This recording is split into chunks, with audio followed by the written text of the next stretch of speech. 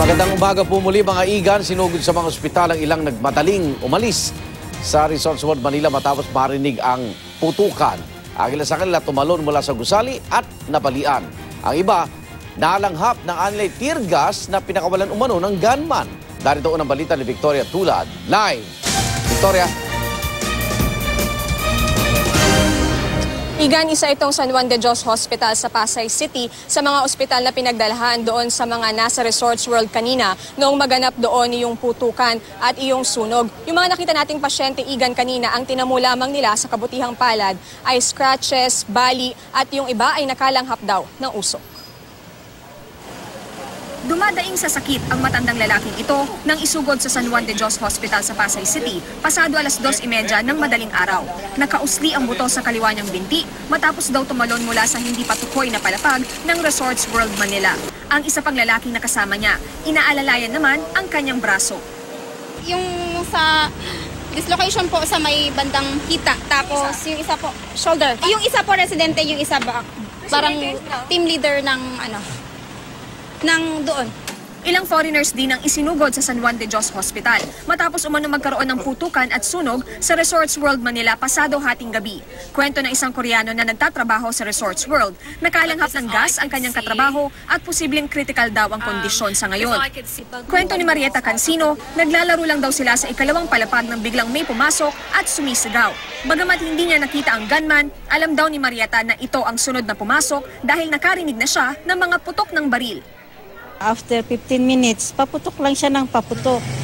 After 30 minutes, andyan na yung tear gas. Ayun, nagdilim na. Wala na kami makitang ilaw. Paano niyo po nasabing tear gas? Kasi maitim yung kwan eh. Kasakap, maitim yung usok tapos hindi kami makahinga. Ay, halaka nga namin, mamamatay na kami eh. Ayun, nagdasal na lang kami na nagdasal. Sumunod na lang daw sina Marieta sa ibang tao hanggang sa makalabas sila sa basement. Dahil nakalanghap ng gas, kailangan din daw niyang magpatingin. Stable naman daw ang lagay ng dalawa pa niyang kaanak na sa Resorts World nagtatrabaho. Hanggang madaling araw, ilan pang mga pasyente ang dinala at pumunta sa naturang ospital. May mga umiika habang naglalakad at mayroon ding nahihilo. May mga napasugod naman sa ospital para kamustahin ang kanilang mga kaanak. Sa Pasay General Hospital, nakastretcher ding dinala si Joran de la Cruz, isa sa mga tumalon mula sa ikalawang palapag ng Resorts World. Ayon sa rescuer, sobrang sakit daw ng mga paa ni de la Cruz. Sabi niya, siya yung last na nasa sunog.